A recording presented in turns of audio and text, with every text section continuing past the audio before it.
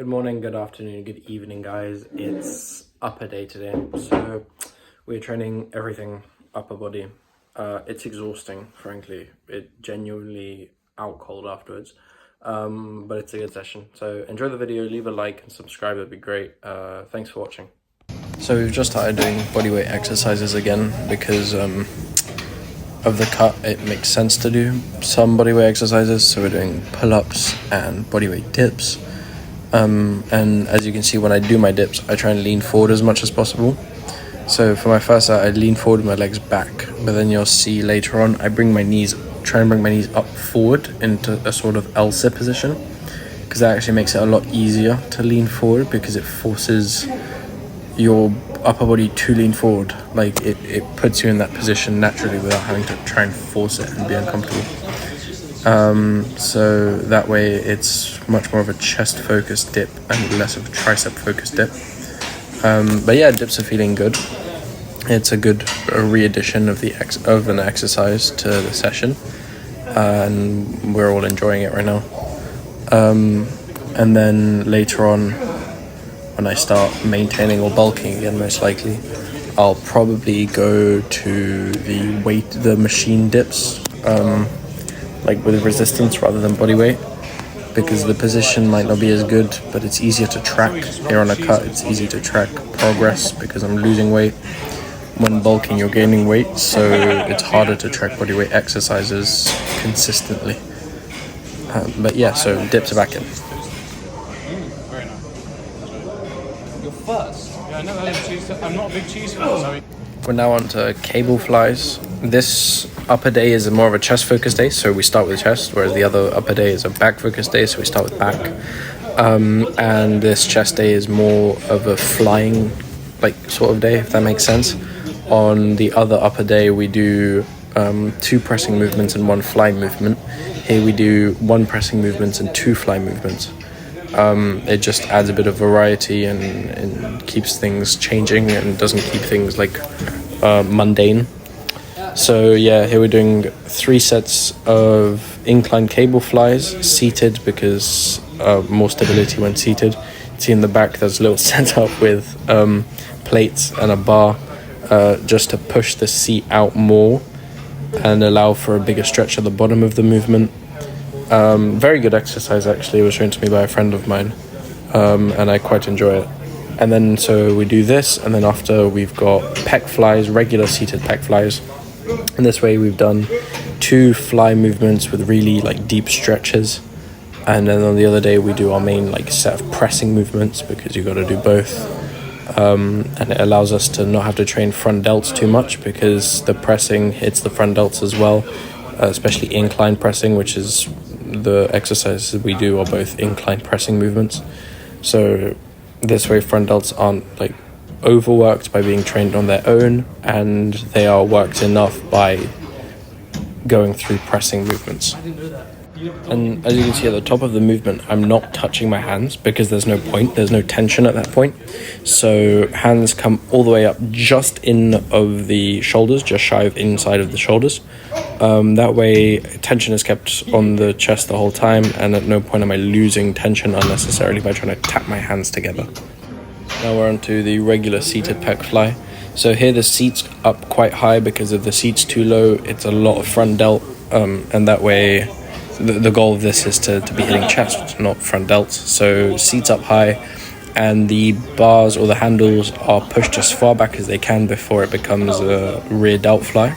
That way you can come all the way down to the bottom into a really big stretch, and then all the way back up to the top. You can see as well here, I'm coming a lot closer together, but I'm not tapping.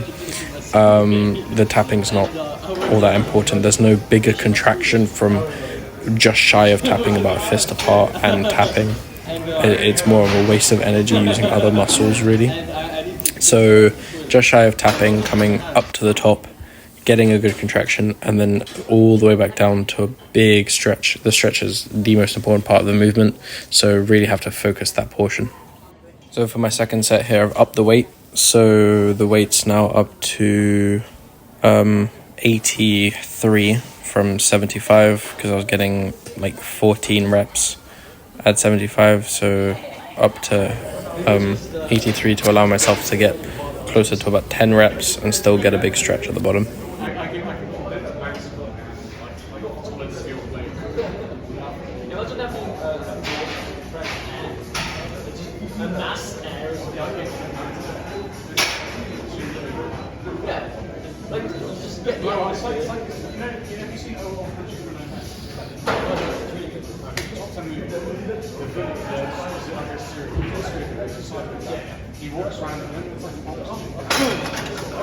Onto pull-ups now, second bodyweight exercise, and we're onto back, obviously. I'm not going to repeat chest after stopping chest. The handles on this pull-up specifically are terrible, so I start off my first set without them, try to do as many reps as I can, but they just slip. So halfway through, I get off and I grab some figure of 8 handles, so I can just like strap in properly, and then keep those the whole way through. I suppose it's beneficial because the point of this is to do pull-ups for back, not pull-ups for my forearms. So at the end of the day, it's not a bad idea to do that. Usually I use chalk on like metal handles. The squat racks have metal handles and those are much better, I think. But yeah, so we were just doing it here and popped those on and got more reps overall, which is still progress, still good. So I'm quite happy with that. So the sets and reps here went, the 3 sets. First set I got 10 or 11 reps, and then I got 9, and then I got 6, which is really good. Normally I lose easily 3 reps on pull-ups from first to second set. So yeah, pull-ups are getting stronger, obviously from a mix of doing them and being on a diet, make them overall easier. But they are one of the best back exercises, if not the best back exercise. So quite happy to be progressing on them. Now we're on to lat pull downs with the Nebula handles. I love these handles, they are amazing. Incredible, they position the arms really, really well for lat pull downs. Main issue is you can't use straps on them. That's like the only complaint. Now obviously you can't do anything about that. So just, yeah, use chalk. Chalk on top of the sort of plastic makes it really, really great to hold on. And yeah, great exercise. The pump is incredible. It's nice to load, and it's easier to keep form and like maintain form consistently.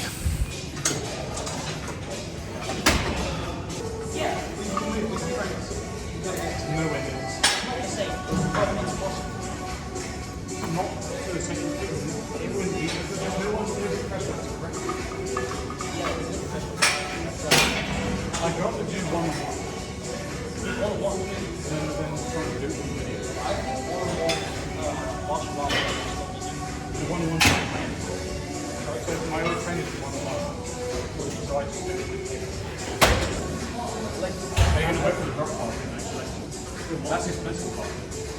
He wants to be Prime Minister. I saw somebody else. They want to say but they want to put the road label on the thing. That was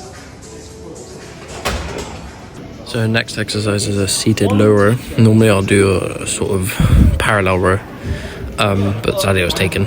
So we're trying the low row out. It's really good. The range of motion is limited, as you can see, but it is very good. I can only feel it in my back the whole way through my traps and my lower lats. It's quite nice to load as well, though, because it's play loaded, the resistance isn't going to be consistent throughout the whole movement, but it's pretty good. So yeah, we've got 3 sets of low rows, and then we are doing shoulders, front raises for shoulders. Whoa! 140 miles. That's way more than 150. That's way Oh, and you swim and bike and run. Oh, it's way more than 150. Yeah. Oh my god. Oh, okay, most of it is biking. What's the average? I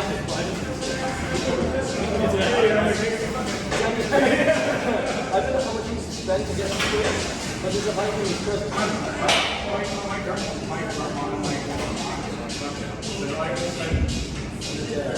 What do you think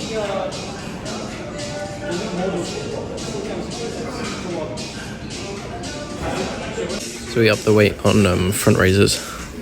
Originally we were just doing the bar for a set, but the reps got way too high. I was getting somewhere around 15 to 17 reps per set. It's like 17 for the first, and then 15, and then 14. So up the weight to get less reps, but still very good movement. Pump is incredible.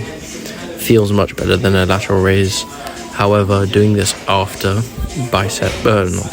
doing this after back and chest is exhausting. So we're going to keep it consistently at the start of the whole session, because side delts onto a large muscle group, they won't affect the rest of the exercises if they are fatigued, really, because they'll recover quite quickly, compared to chest and back fatiguing the whole body and then affecting the shoulder movement. So yeah, the main focus here is just do these at the start, but for this session it was quite good. We upped it by 5 kilos with 2.5s on either side. Yeah, very good exercise. I've seen the guy who's filming another guy, and he's like, I must give this guy every morning for my phone because it's one kind of shit. Have you seen that one video? It's definitely fake. It's fake. Of this guy who took flowers to next door neighbours as a couple, and he said 2 more, missing you, lovely, set, and the guy was like, yeah. If we do go tomorrow, the earliest I can realistically do about 12:30. Do what? And Christian. The earliest? Yeah, church. Oh, what do I have in time? Church. I don't play any good music ever. Because I'm thinking, because I don't want to, like I said, I want to go there, and I also want to be able to get the point. So I'm thinking. Do you have to spend a certain amount of time? Yeah. So what is it normal? I think it's like 50 or something. 50 quid? Yeah. So if I get. We'll see when they get them. Yeah, because if I buy the intercessors for you, and I buy myself the 8 pound What would I buy? I want to get 3 heavy locust lords. in one go. And not locust, 3 locust heavy destroyers. They're 25 quid each. Fair enough. Yeah. But they just blast, absolutely blast. And they model. If you look at the model, they're really cool. Locust heavy destroyer. Locust. Lokhust. ST. Locust heavy destroyer. Now we're on to biceps. We do 3 sets of standing cable curls, leaning forward so that my arms come back behind me. Because the bicep crosses the shoulder joint, this allows for an even bigger stretch all the way at the bottom of the movement. And the tension is really consistent compared to dumbbells because it's a cable machine. So yeah, this exercise is great, as I've said before. The tension goes through the bicep, like you feel it inside the bicep. The feeling is incredible. The pump is really good. It's nice to stabilize and it feels good. It doesn't pull on any joints weirdly. So yeah, 100% recommend this exercise. It's super easy to set up as well, though needing 2 cables I guess takes a while to wait.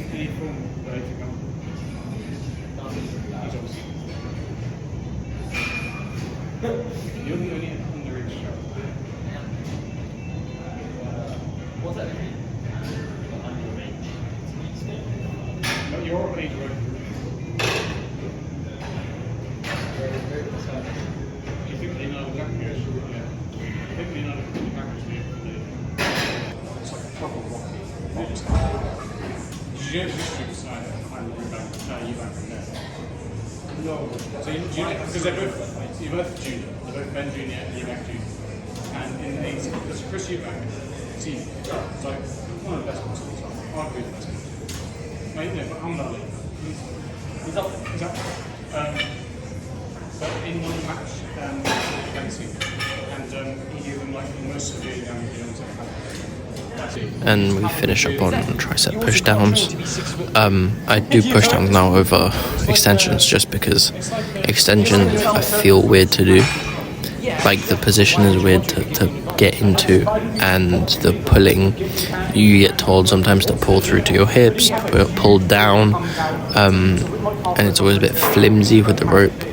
So I feel like push downs are just the better alternative for me right now, and they feel better and I can load them better. So yeah, 3 sets of tricep push downs just to finish off the upper day. and then we are posing. Now for push downs, this is the first thing and only thing that really like dug into my lower back and caused my spine to hurt a bit, which is not great. But there's nothing I can do about that right now. I've got an appointment to go and see and get that sorted. So yeah, 3 sets of this and then pump check. In the ideal world, that'd be I think that's ideal. why not? Because Then it's mostly boring. because then. That's just like 50-50 chance. See who wins. Take who No, wins. it's not, because it's mostly about skill. It's not 50-50 chance. Well, no, if everyone's on the same level.